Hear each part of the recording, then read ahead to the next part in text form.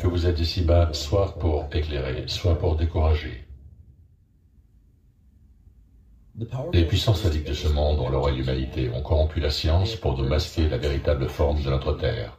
Ils ont perverti les religions pour contrôler et égarer les masses, nous ont vendu un paquet bien ficelé de mensonges qu'ils appellent histoire, ont subverti les ordres secrets tendant à préserver la lumière, ont supprimé les méthodes d'autrefois, ont enterré les coutumes, ont mené des croisades contre la vérité et la pureté, endoctriné les jeunes esprits, en manipulant le système d'éducation, empoisonné la terre, la nourriture, l'air, l'eau.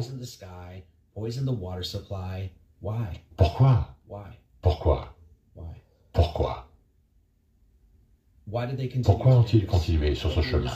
D'où vient ce besoin de démence, d'insanité, d'expression psychopathe? L'existence, tout du moins en ce qui concerne l'humanité et son drame, trouve sa principale raison d'être dans le fait qu'elle sert de réceptacle par lequel l'essence du Créateur se régénère constamment en forme terrestre afin de précisément se soumettre au processus de modification karmique. Ces modifications karmiques, lorsqu'elles sont réalisées, mènent à la réunification de la créature avec son Créateur. Et c'est ce processus que ces intoxiqués du pouvoir veulent absolument contrôler, et nous, le peuple de cette terre, nous ne pouvons plus permettre que cela continue.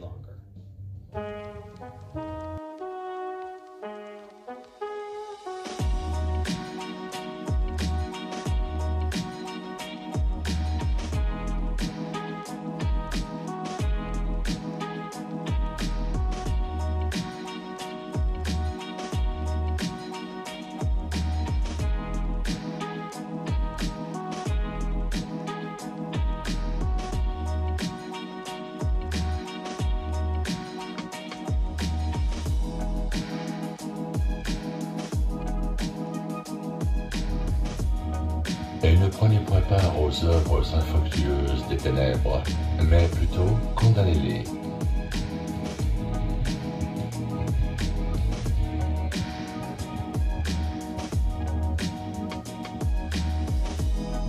Il n'existe qu'une seule solution à nos maux et à nos problèmes. Il n'y a qu'un seul remède à notre maladie collective, qu'un seul moyen de nous sortir de cette terrible ornière dans laquelle nous nous sommes fourrés. C'est de se servir, d'utiliser la formidable puissance unificatrice de l'Esprit divin. L'unité. Cela veut-il dire que nous devons tous nous rassembler et nous donner la main en chantant Kumbhalaya My Lord? Non, bien sûr que non. L'individualité est célébrée dans le grand projet artistique universel et la ségrégation volontaire, qu'elle soit sociale, religieuse ou culturelle, n'est pas nécessairement quelque chose à regarder de travers. L'unité d'aucune façon n'exige une adhésion idéologique non souhaitée ou ne force qui que ce soit à quoi que ce soit.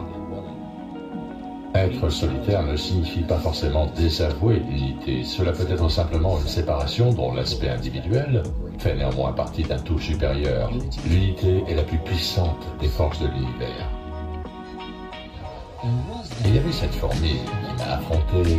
Ouais, mais on peut l'oublier celle-là, ce n'était qu'une fourmi, Ah ouais, t'as raison, une seule fourmi, ouais, tellement chétive. Chétive, tu dis? Ok.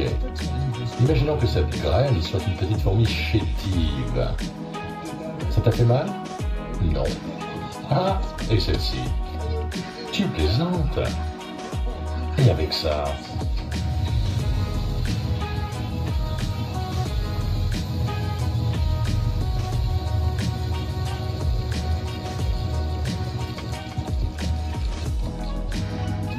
Vous en laissez une hausser le ton, alors toutes pourraient se mettre à le faire. Ces petites fourmis chétives sont 100 fois plus nombreuses que nous, et si elles se mettaient à en prendre conscience, il en serait fini de notre way of life. Ça n'a rien à voir avec la nourriture, il s'agit uniquement de garder ces fourmis sous contrôle.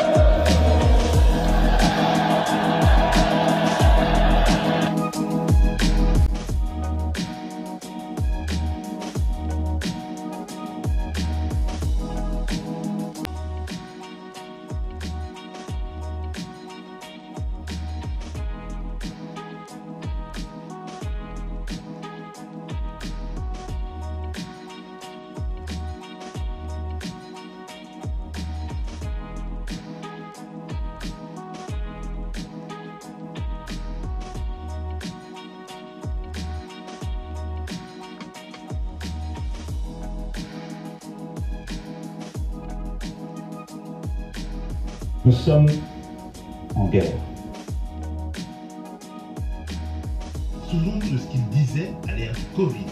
Nous sommes en guerre. Nous y revoilà. Et même les plus bienveillants ou les plus malhonnêtes des commentateurs ne peuvent plus faire semblant d'ignorer la brutalité de la guerre sociale. Des phrases ou des tirades qui, pour une raison ou une autre, finissent par rentrer dans l'histoire, comme celle-ci.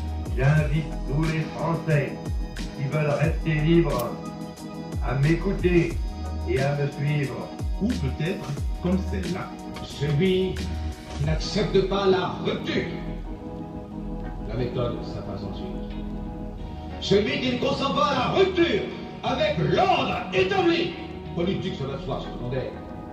Avec la société capitaliste, celui-là, je le dis, il ne peut pas être adhérent du Parti socialiste.